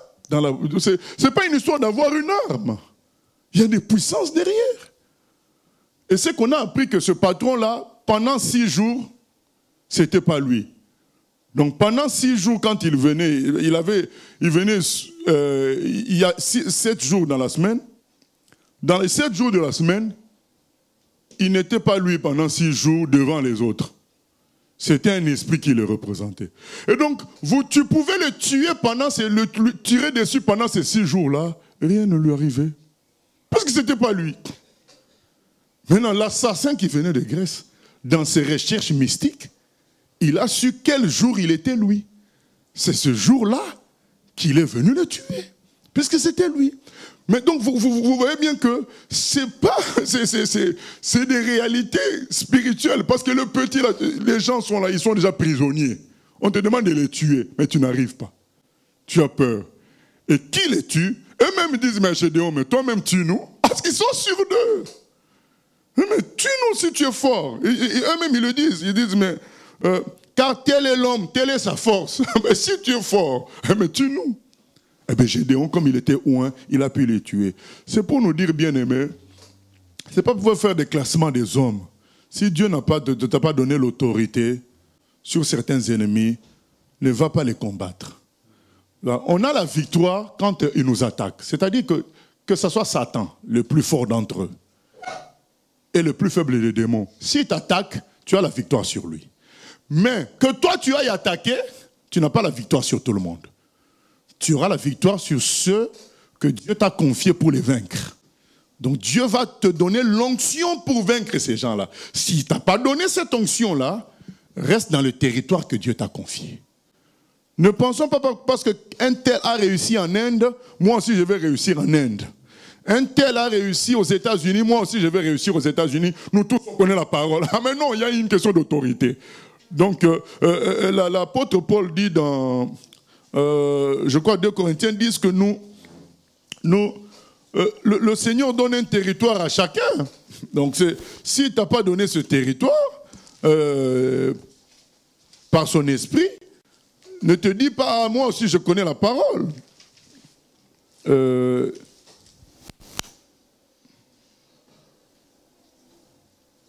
Verset 12, 2 Corinthiens 10, verset 12 à 14. Nous n'osons pas nous égaler ou nous comparer à quelques-uns de ceux qui se recommandent eux-mêmes, mais en se mesurant à leur propre mesure et en se comparant à eux-mêmes, ils manquent d'intelligence. Pour nous, nous ne voulons pas nous glorifier outre mesure, mais seulement dans la limite du champ d'action que Dieu nous a assigné en nous amenant jusqu'à vous. Nous ne dépassons point nos limites, comme si nous n'étions pas venus jusqu'à vous, car c'est bien jusqu'à vous que nous sommes arrivés avec l'évangile de Christ.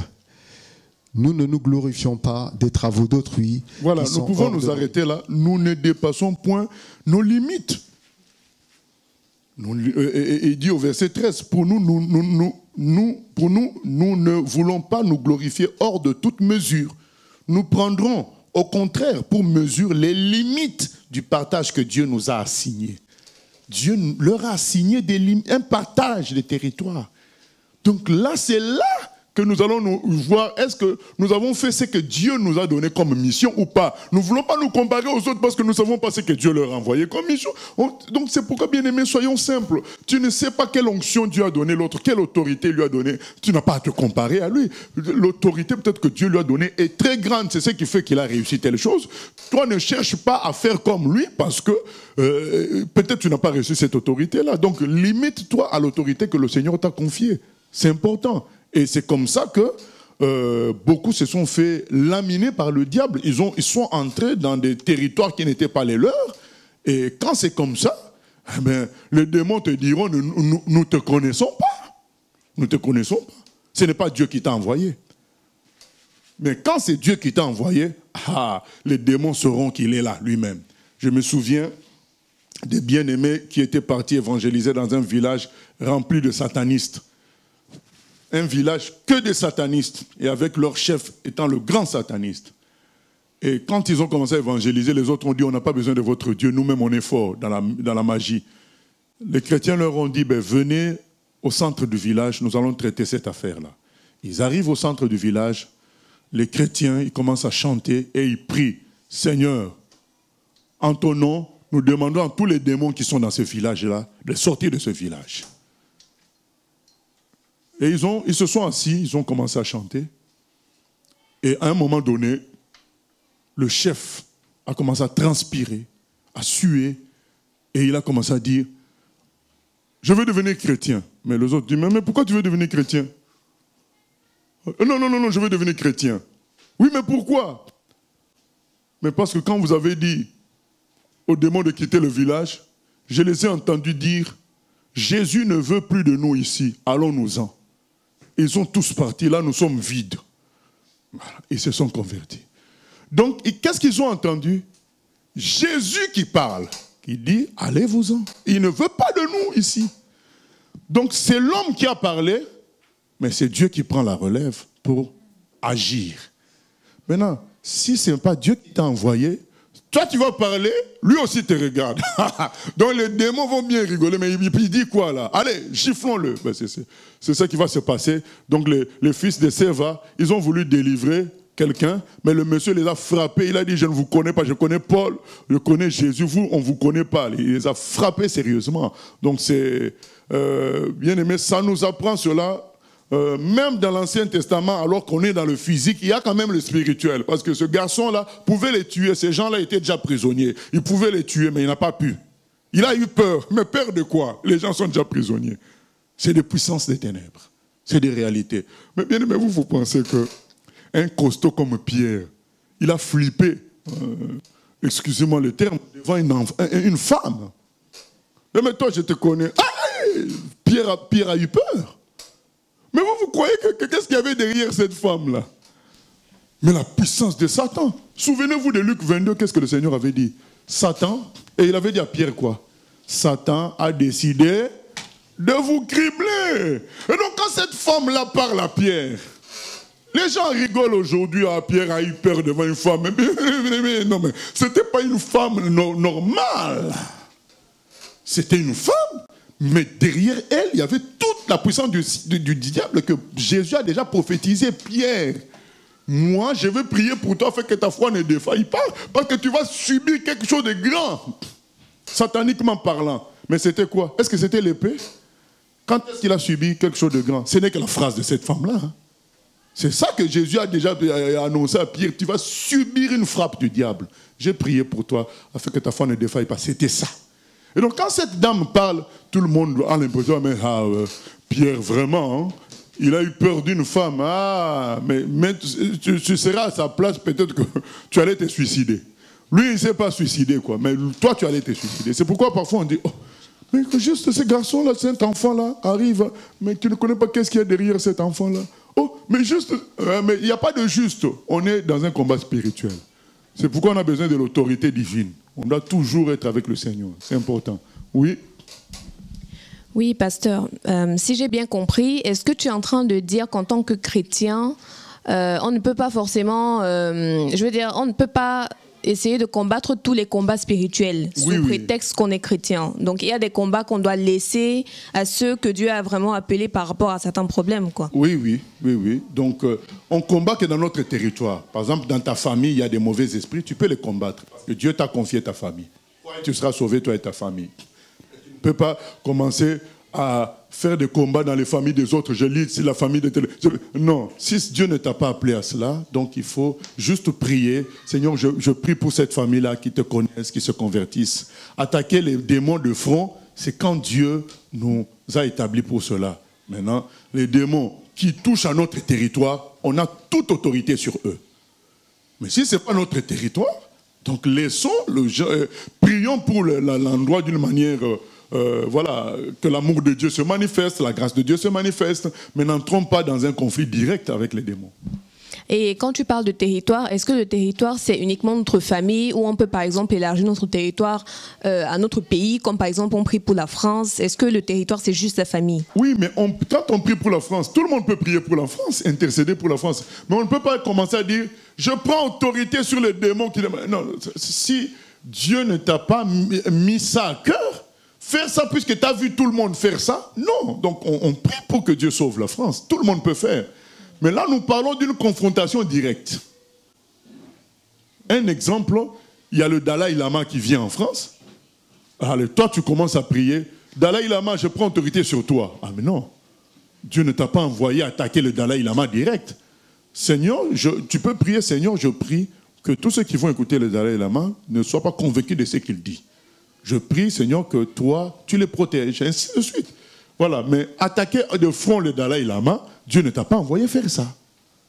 Voilà, donc c'est cela qu'on veut faire la différence entre une prière d'intercession, il y a la question là, où on demande la faveur de Dieu. Tous les chrétiens peuvent faire ça, mais un combat frontal face aux démons, ou aux puissances, il y a une question là, ou aux puissances de la sorcellerie, on doit quand même, ça doit être dans un cadre où Dieu nous offre le territoire quand même. Je pensais que Pierre n'avait pas encore reçu, bon, ça fait un petit peu pas de sens, mais pas reçu vraiment le Saint-Esprit. Bon, je sais qu'ils avaient été envoyés 2 par 2 pour guérir les malades, apporter la bonne nouvelle, mais ils n'avaient pas vécu la Pentecôte encore, donc je pensais qu'il n'y avait pas l'Esprit en tout temps. Est-ce qu'il avait rendu charnel, tu sais, peureux comme n'importe qui est peureux? Ah, non, c'est la puissance satanique qui était derrière. On le voit dans cet exemple qu'on vient de lire. La puissance satanique qui était derrière était forte, puisque Jésus a dit, je veux prier pour toi. Satan a décidé de te cribler, ce n'est pas rien, de te cribler. Donc c'est quelque chose de fort qui était derrière cette femme-là. Ce n'était pas juste une peur comme ça. Mais puisque Pierre, regarde, mais Pierre a coupé, bon, il y a des soldats qui sont venus, souvenez-vous. Il y a des soldats qui sont venus arrêter Jésus. Pierre prend le couteau, il coupe l'oreille d'un soldat. Bon, il a ce courage-là devant des hommes armés. Et c'est une femme qui lui fait peur. Comparez vous-même. Ça n'a rien à voir d'humain, ce n'est pas la peur humaine, c'est la pression démoniaque qu'il y a devant cette femme-là. Combien de fois nous-mêmes on a eu des problèmes parfois, c'est un petit problème, mais ça paraît immense. Alors maintenant, si tu racontes à quelqu'un d'autre, oh, mais je n'ai pas compris, juste pour ça, mais pour la personne, c'est juste pour ça. Mais la pression que toi, tu as subie, les autres n'ont pas subi ça. Parce que tu racontes, ah, mon enfant a fait ceci, ma mère a fait ceci, et puis, il y a des gens, dès que la maman va dire quelque chose, ils sont déstabilisés totalement. Tu te dis, mais puisque sa maman dit ça, tu t'étonnes, parce que toi, tu n'as pas le même rapport avec ta mère. Mais la puissance qu'il y a derrière sa mère, toi, tu ne connais pas. Ce sont des réalités. Nous sommes dans un monde spirituel. Donc, c'est pourquoi nous devons être aussi spirituels. Donc aussi, des fois, on vit des choses et puis on a peur particulièrement, et puis pourtant, à d'autres moments, ça ne nous dérange pas. Voilà. Et on s'en veut, on dit... Pourquoi j'ai eu peur, là, tu sais. Et alors en réalité, devait prendre autorité sur les forces des ténèbres qui sont derrière. Nous, on a sous-estimé, on dit, oh, mais ça nous fait quand même peur. On se dit, mais c'est moi qui suis peureux. Non, il y a une pression derrière ça aussi, très forte. On doit prendre autorité. Voilà. Chasser l'esprit de peur. La pression satanique produit la peur. On a vu Jésus à Gethsémani. Pareil. Une pression qui vient, ça te crée la peur. Ça te déstabilise. On a vu Jean-Baptiste en prison. Une grande pression vient sur toi. Il commence à dire, mais est-ce que c'est vraiment Jésus? Pourtant, c'est lui qui avait présenté Jésus. Hein. Ah, voilà. Mais quand la pression vient, tu doutes. La peur te saisit, tu commences à douter. Tu te dis, mais pourquoi? Est-ce que ce n'est pas un échec que je me retrouve en prison? Voilà. Les doutes commencent parce que la pression est aussi forte. Comprenons cela, la pression, quand Satan t'envoie la pression, il n'y a pas de costaud. Seul Dieu peut nous protéger. C'est ce que David dit dans le psaume 124. Si Dieu ne nous protégeait, quand l'ennemi nous a envoyé les fleuves, ben, il nous aurait submergés. Quand il t'envoie la pression, même un petit rien devient quelque chose de grand. Ça devient quelque chose de grand.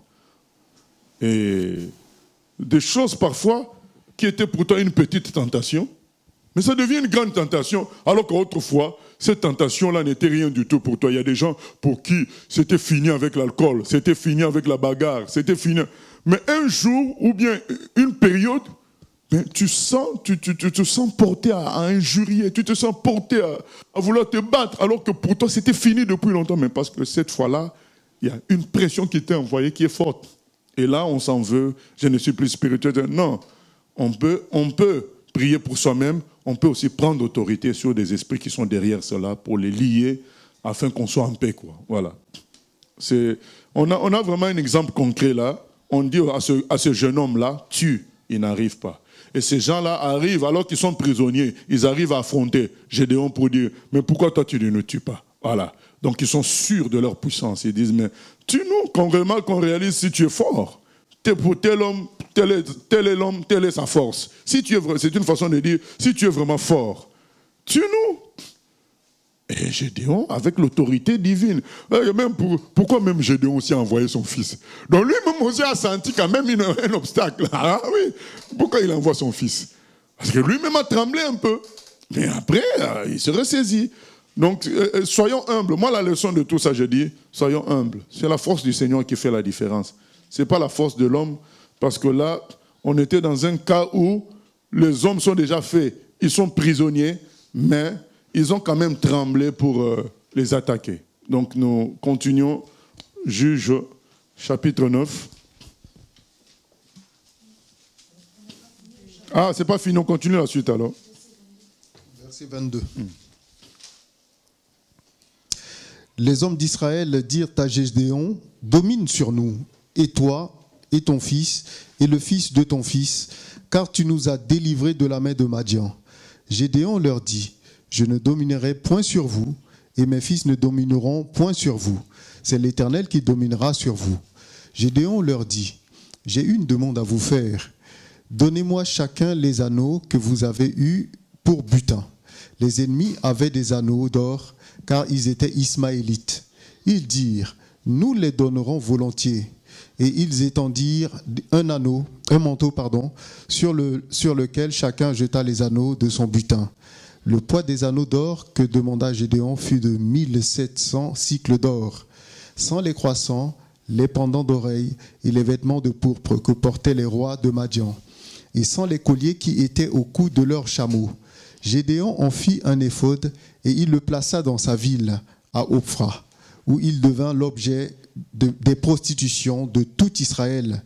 Et il fut un piège pour Gédéon et pour sa maison. Voilà, donc comment ça finit en général? C'est que l'homme oublie qui lui a donné la victoire et finit par se créer lui-même son propre Dieu. Quand l'ange est apparu à Gédéon, quand Dieu lui a donné la victoire avec 300 hommes, est-ce qu'il y avait cet éphod-là?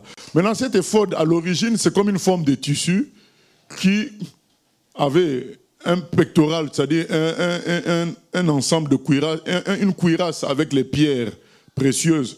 Ça servait, entre autres, à comprendre la volonté de Dieu, on ne sait pas comment. Dans l'Ancien Testament, on voit ça dans les 5 livres de Moïse. Donc l'éphod, avec le pectoral, ça servait à ça. Maintenant, par la suite, on ne sait pas si, au lieu que ce soit juste un tissu avec une cuirasse avec les pierres précieuses, par la suite, c'est peut-être, ils ont humanisé ça, fait peut-être une statue avec ce dessin-là. On ne sait pas trop. Donc, quand on lit, les textes ne sont pas d'éphod, ce n'est pas toujours le tissu. Après les 5 livres de Moïse, comme dans ce cas-là, on dit qu'il a fait une éphod avec ça. Bon, c'est déjà, il a pris du métal, donc ce n'est pas un tissu, l'éphod dont il est question. C'est peut-être qu'ils en ont fait vraiment un éphod non plus en tissu, mais carrément une sorte de cuirasse en métal, avec la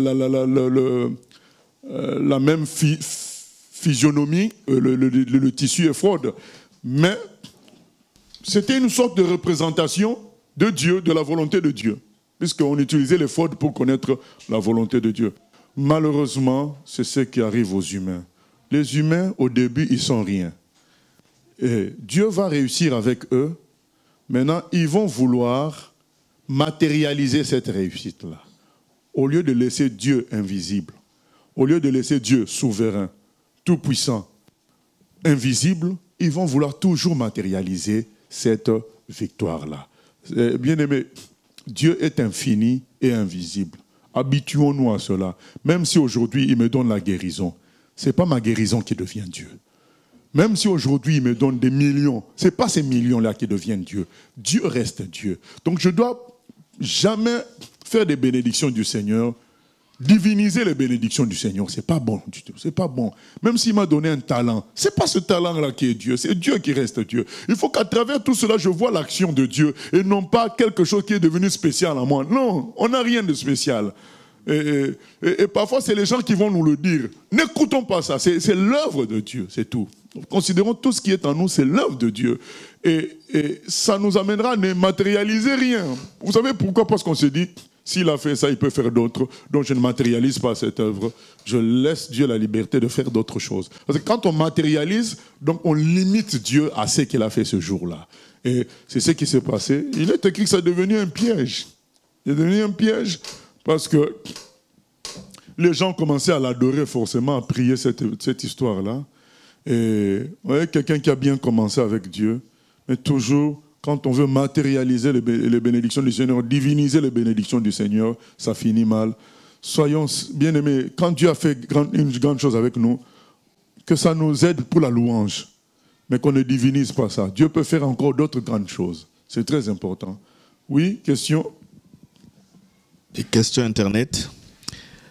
Pasteur, tu dis de travailler sous le ministère de quelqu'un le temps que Dieu nous montre notre appel. Mais doit-on toujours être sous une autorité? Donc, nous sommes quand même toujours sous l'autorité d'un pasteur. Notre appel sera toujours lié à un autre finalement. C'est bien ça? Non, je n'ai pas dit ça. Donc, on peut avoir un appel qui fasse qu'on n'a plus d'autorité directe. Maintenant, il faut que ça soit ça de Dieu. Donc, ce n'est pas tout le monde. Par exemple, Pierre n'avait pas un humain au-dessus de lui quand Jésus est parti. Donc, mais il avait l'Église. Il y a quand même l'Église dans sa généralité qui reste une autorité pour nous. Mais pas un humain seul comme ça. Mais, donc tout le monde n'a pas cet appel-là d'avoir juste l'Église comme autorité générale et la Bible. Donc la plupart des gens ont des bergers comme autorité. Là, la majorité, l'extrême majorité. Donc maintenant, si Dieu nous appelle à ne plus avoir un humain direct comme berger au-dessus de nous, ben, il faut que ça vienne de Dieu. Hein. Il ne faut pas que ça vienne d'un souci d'indépendance, quoi. Voilà. Oui, donc on finit avec le chapitre 8, 28 à 35. Verset 28. Madian fut humilié devant les enfants d'Israël et il ne leva plus la tête. Et le pays fut en repos pendant 40 ans durant la vie de Gédéon. Jérubbaal, fils de Joas, s'en retourna et demeura dans sa maison. Gédéon eut 70 fils issus de lui, car il eut plusieurs femmes. Sa concubine, qui était à Sichem, lui enfanta aussi un fils, à qui on donna le nom d'Abimélec. Gédéon, fils de Joas, mourut après une heureuse vieillesse, et il fut enterré dans le sépulcre de Joas, son père, à Ophra, qui appartenait à la famille d'Abiézer. Lorsque Gédéon fut mort, les enfants d'Israël recommencèrent à se prostituer au Baal, et ils prirent Baal-Bérite pour leur Dieu. Les enfants d'Israël ne se souvinrent point de l'Éternel, leur Dieu, qui les avait délivrés de la main de tous les ennemis qui les entouraient. Et ils n'eurent point d'attachement pour la maison de Jérubbaal, de Gédéon, après tout le bien qu'il avait fait à Israël. Voilà. Donc, finalement, Gédéon garde le pays en repos pendant 40 ans. Donc, durant sa vie, comme on a expliqué au début, les juges arrivaient à maintenir le peuple dans une certaine unité et en repos face à ses ennemis et dans une certaine obéissance relative à la parole de Dieu, puisque on voit bien que même Gédéon a failli avec l'histoire de l'éphod, mais il y avait quand même un minimum de droiture. Et malheureusement, même si la loi de Dieu, même si Dieu ne s'est pas opposé clairement à cela, Gédéon a eu plusieurs femmes, et notamment, à partir d'une concubine, il a produit un garçon qui s'appelle Abimélec. On va voir dans le chapitre 9 qui va faire des grosses bêtises. Et c'est pour nous apprendre aussi que même si Dieu ne s'oppose pas d'une manière claire et nette à un comportement, quand je dis clair et net, donc c'est-à-dire un verset qui dit ça clairement, le Saint-Esprit par d'autres versets et par sa puissance, il peut nous dire de faire attention quand même à certaines choses. L'amour pour la mode, l'amour pour les vêtements, l'amour pour les voitures, l'amour pour les choses de la terre. Donc même si on ne dit pas le mot mode dans la Bible, même s'il n'y a pas le mot voiture dans la Bible, nous-mêmes on peut comprendre que non, je suis esclave de quelque chose, c'est pas bon. Et même si Dieu n'était pas contre l'histoire de... plutôt, même si Dieu n'a pas dit clairement à Gédéon de ne pas prendre plusieurs femmes, mais Dieu n'était pas forcément favorable à cela. On voit comment David a eu des problèmes toujours à cause des enfants de plusieurs femmes. David qui était l'homme selon le cœur de Dieu. C'est pour nous dire, bien-aimés, ce n'est pas parce que Dieu nous a été favorable qu'on peut se croire tout permis, quoi. Il a fait l'effort, il a eu plusieurs femmes. C'est pas bon. Même si l'effort, il doit se dire qu'il l'a fait pour Dieu. Mais bon, ça a mal fini. Il s'est permis aussi d'avoir plusieurs femmes. Même si Dieu ne s'oppose pas clairement à ça, nous savons tous que Dieu non plus n'est pas favorable à cela. Parce que dans Genèse 2, 24, il dit l'homme quittera son père et sa mère, s'attachera à sa femme et ils deviendront une seule chair. Ce n'est pas un verset du Nouveau Testament. C'est quand même un verset qui précède Gédéon. C'est un verset qui précède tous les autres là. Voilà, on connaît le problème qu'il y a eu avec Abraham et sa concubine. Donc on sait que bon, il y a plein de choses comme ça aujourd'hui que Dieu ne réprouve pas clairement, mais nous-mêmes on peut savoir par l'Esprit de Dieu que je ne dois pas me laisser asservir par cela. C'est ce que Paul dit par tout m'est permis, mais tout n'est pas utile. Alors quand même qu'on pense à cela. Parce qu'il y a des choses, on dit, mais oui, mais je gêne qui? Mais oui, un jour tu vas gêner quelqu'un. Voilà. Donc c'est pas, ah, mais c'est écrit où? Mais même si c'est pas écrit, mais c'est un lien. Un lien n'est pas bon. Voilà. Tu ne peux pas vivre sans quelque chose, c'est pas bon. Donc même si c'est pas écrit, c'est pas bon. Donc prenons soin aussi de plaire au Seigneur, même dans ce qu'il n'a pas dit clairement. Voilà. Prenons soin de cela. J'aime beaucoup mon ami Joseph. On ne parle pas de plusieurs femmes avec Joseph, quoi. Voilà. Le type de Christ, comme j'ai l'habitude de le dire, on ne cite aucun péché de Joseph dans la Bible. Voilà. Prenons exemple sur Joseph. On est dans l'Ancien Testament, on ne parle pas de plusieurs femmes. Voilà. Et on voit que quel bon héritage Joseph a laissé aux enfants d'Israël. Finalement, comme on l'avait dit dans une étude précédemment, si toi-même, les gens avaient dit à Josué, si tu es fidèle à ton Dieu, nous aussi on te sera fidèle. Mais bon, on voit Gédéon, il n'a pas été trop fidèle, il a fait l'effort. Qu'est-ce qu'il nous a dit à la fin? Eh bien, les enfants d'Israël ne se souvinrent point de l'Éternel, leur Dieu, qui les avait délivrés de la main de tous les ennemis qui les entouraient. Et ils n'eurent point d'attachement pour la maison de Jérubal, de Gédéon, après tout le bien qu'il avait fait à Israël. Voilà, donc c'est... après la mort de Gédéon, ils l'ont oublié rapidement, puisqu'après il a mené une vie comme tout le monde, donc plusieurs femmes, 70 fils, hein, voilà. Et vous allez voir dans le chapitre 9 que ces 68 vont mourir, voilà, c'est en un jour.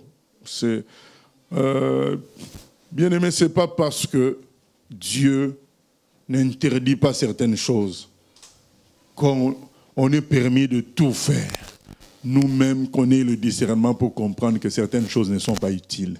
Consacrons notre temps au Seigneur, consacrons notre argent au Seigneur, certaines choses, voilà, que le Saint-Esprit nous conduise, que Gédéon, le cas de Gédéon nous parle. Dernière question. Oui, par rapport à tout à l'heure, ta réponse à la question qu'a posée un internaute. Si nous prenons le cas des ministères, quel est le ministère qui peut seul avoir comme autorité l'Église? J'ai pas compris. Par rapport au ministère, il y a des apôtres, il y a des prophètes. Est-ce qu'on peut dire que même si une personne est appelée à être docteur ou elle devrait demeurer sous l'autorité de l'Église ou bien... Tous les ministères sont sous l'autorité de l'Église. Tous. J'ai expliqué que, oui, il y a des ministères qui n'ont pas un humain seul au-dessus. Voilà. Oui, c'est ce que je voulais dire. Oui. Tu dis, quel est le ministère qui n'a pas un humain au-dessus? Ça c'est Dieu lui-même qui va diriger les choses. Si par exemple Dieu t'envoie au Bangladesh, tu es en train de... Au fait, c'est ta relation avec Dieu qui va le montrer. Hein, que le Saint-Esprit te convaincra que tu devrais écouter un tel. Tu dois te référer à lui. Le Saint-Esprit nous convainc. La Bible dit, mes brebis entendent ma voix et elles me suivent. Donc, il n'y a pas... parce qu'on peut être apôtre et être sous l'autorité de notre apôtre. Ce n'est pas un problème de titre. C'est un problème de ta relation avec Dieu. Qu'est-ce que Dieu a décidé pour toi? Ok. Mais tous sont sous l'autorité de l'Église dans son université. Quelqu'un ne peut pas dire « je vis tout seul, je m'en fous de ce qui se passe ailleurs ». Non. L'Église a autorité sur tout chrétien. Donc les frères peuvent venir te voir dire « on trouve que ce que tu fais là, donc ce qui s'est passé avec les pierres, on est venu voir Pierre pour dire « on a appris que tu as prêché aux païens, de quel droit tu as fait ça, ainsi de suite ». Il devait s'expliquer. Voilà. Donc toute l'Église a autorité sur tout le monde. Donc on ne peut pas dire « je n'ai de compte à rendre à personne ». Ah non, l'Église, dans son universalité, a autorité. Tout le monde doit rendre compte à l'Église du Seigneur. Maintenant, 99% des chrétiens ont toujours un humain au-dessus d'eux. Ils peuvent en avoir 10, mais il y a un humain au-dessus d'eux d'une manière claire. Maintenant, le petit pourcentage qui n'a pas, eh ben ça c'est vraiment Dieu qui doit te le dire. Hein. C'est pas fréquent. Voilà.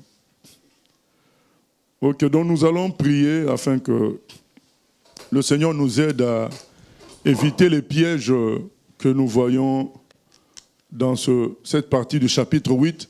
On a fait que finalement le chapitre 8 et un peu le chapitre 7, ben c'est parce qu'il y avait beaucoup de leçons à en tirer. C'est pourquoi il ne faut pas sous-estimer la Bible. La Bible, quand on la lit, on peut croire que là, c'est un peu clair, on n'a rien à dire, mais non. Le Saint-Esprit a toujours des ressources infinies. Il faut se souvenir que Dieu est infini. Et quand quelque chose est infini, ben, tu peux prendre une petite partie, ça restera toujours infini. C'est ça. Quand on a affaire à des choses infinies, même la plus petite partie, elle va encore l'être infinie. Et donc, nous apprenons à travers ce livre vraiment que nous devons être en relation avec le Seigneur et demeurer dans notre autorité et ne pas chercher à se comparer à d'autres et à vouloir faire exactement comme les autres. Nous apprenons que nous ne devons jamais chercher à diviniser nos bénédictions. Nos bénédictions, c'est de passage. Voilà. Ou nos talents, ou notre ministère. Tout ça, c'est la manifestation de Dieu. C'est pas notre gloire, c'est la manifestation de Dieu. L'apôtre Paul dit, je ne regarde pas ce qui est passé, je veux saisir Christ. Voilà, c'est tout. Nous voyons aussi qu'il faut être prudent. Ce n'est pas parce qu'il y a certaines choses qui ne sont pas interdites qu'on doit se lâcher. Un enfant de Dieu doit être consacré au Seigneur, quoi. Il ne doit pas être consacré à autre chose. Voilà, c'est quand quelque chose commence à nous prendre plus de temps, plus d'intérêt que le Seigneur, donc posons-nous des questions. Ou bien quand on commence à vouloir ne plus se séparer de quelque chose, posons-nous des questions, il y a des problèmes. Ce n'est pas parce que ce n'est pas écrit qu'on peut se permettre tout. Prions que le Seigneur nous aide dans tout cela. Oh Seigneur, au nom de Jésus, aide-nous à rester humbles, Seigneur. Nous comprenons à travers ces études bibliques, Seigneur, que c'est ton autorité qui fonctionne en nous qui fait la différence. Comme on a vu par rapport à ce garçon, à ce fils de Gédéon, qui a été incapable de tuer des prisonniers, Seigneur. C'est ton autorité qui fait la différence. On a vu, Seigneur, que Gédéon a bien commencé, il a fait de grandes choses, mais à la fin, il s'est créé un piège en divinisant une bénédiction. Cette victoire, il a divinisé en prenant le butin et en faisant un effort, Seigneur. Il a voulu comme consacrer cette victoire. Or, il fallait t'élever toi, Seigneur. Il fallait glorifier ton nom. Le moyen de t'élever, c'est de pratiquer ta parole. Le moyen de t'élever, c'est rester attaché à toi et te louer, Seigneur. Ce n'est pas faire diviniser ce que tu as fait, Seigneur. Aide-nous à comprendre ces choses-là, Seigneur, à rester simple.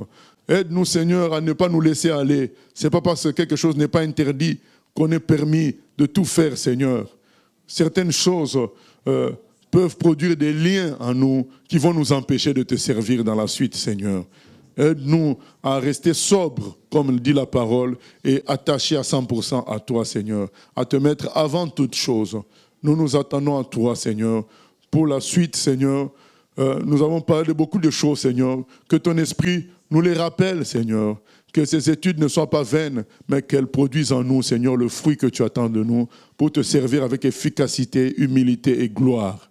Dans le nom de Jésus, nous avons ainsi prié. Amen.